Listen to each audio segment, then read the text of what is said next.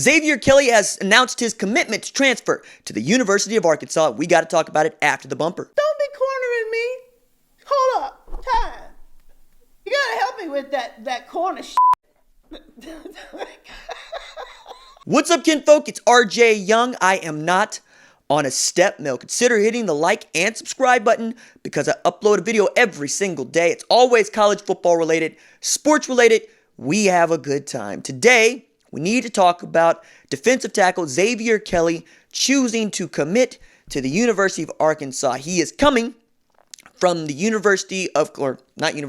from Clemson University, where he is grad transferring and will be immediately eligible to help the Razorbacks out right away. Did not have a superlative season for Clemson last year, but he was a part of a team that won a national championship in 2018, went on a 29-1 run over the last two seasons, finished as the national runner-up in the college football playoff to what I believe is the greatest college football team of all time in Ed Orgeron's 2019 LSU Tigers. And this is particularly interesting because Kelly's going to get another opportunity to play in the SEC, another opportunity to try to get on the board against LSU in a year in which we all know this is as a transition year for no other reason than you are starting a new quarterback. I know that LSU returns Jamar Chase and Terrace Marshall, and those are big deals. You also add guys like Eric Gilbert, who is the best tight end prospect I've seen in the last 3 years at 6'5", 253 pounds.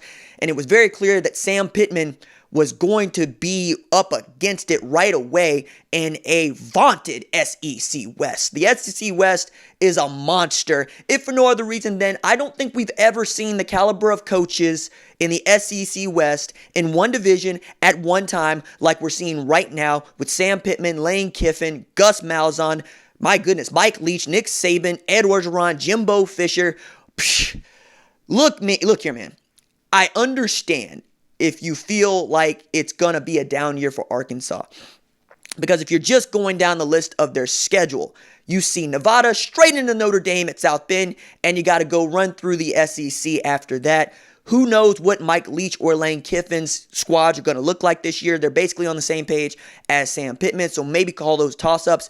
But you're going to have to go through what I believe is going to be the class division in college football to try to prove anything. That said, Sam Pittman has shown right away one of the reasons I was so high on him as a hire at Arkansas, even as he was like the fourth or fifth dude on their list of prospects. He's an absolutely outstanding recruiter.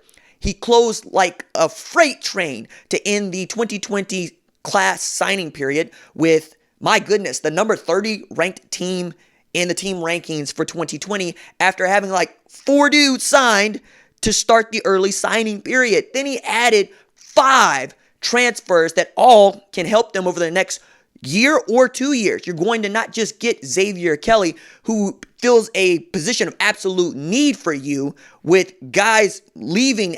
I mean, you got Collin Clay, who went into the transfer portal.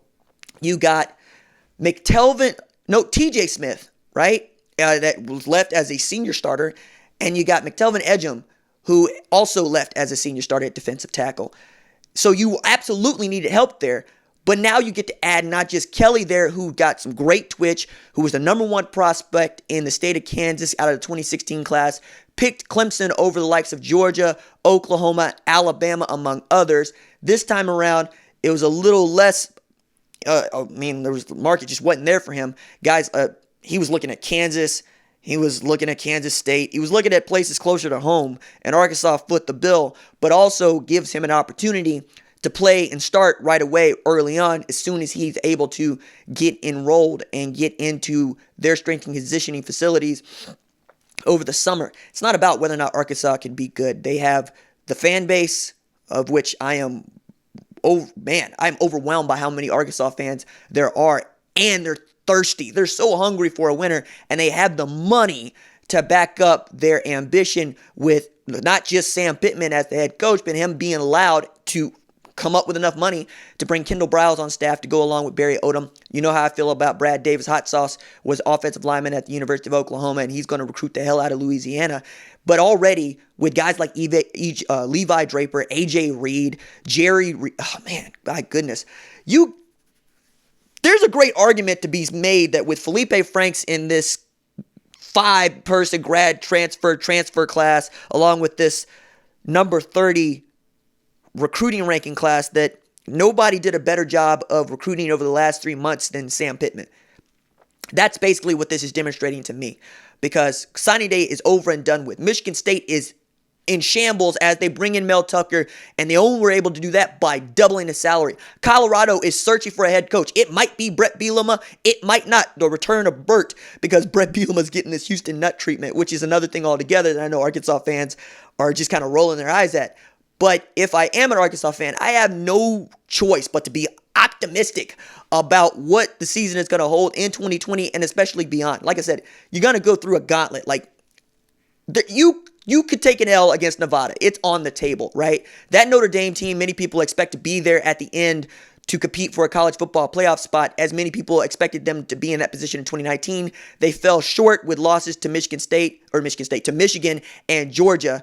My goodness, did Michigan ever run it up? And then I was at Sanford Stadium for Notre Dame versus Georgia, which was a fantastic game and really came down to the last possession.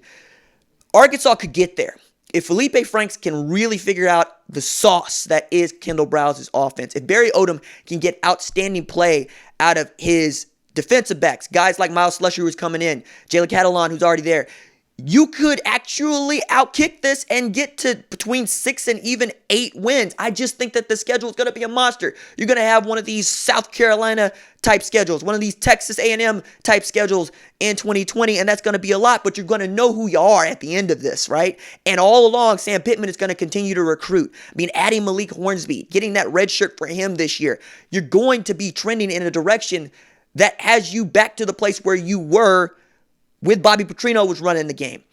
I know I'm overly optimistic right now, I guess it's February, but I am terribly optimistic about what Arkansas football could be. I just know that the landscape around it, particularly SEC West, ain't nothing to truck with, y'all. It's real good. If you can come out of there, though, nobody's going to refuse you an opportunity to play for a national championship. That is the silver lining to play in the SEC West. If you come out of the SEC West, you make the conference championship, you're going to have an opportunity to get into the 14 playoff because you're just that deep, you're just that good. We have seen the playoff committee demonstrate they value the SEC, they value the SEC West in particular, and Arkansas is in it. All right, that's it for me. Deuces.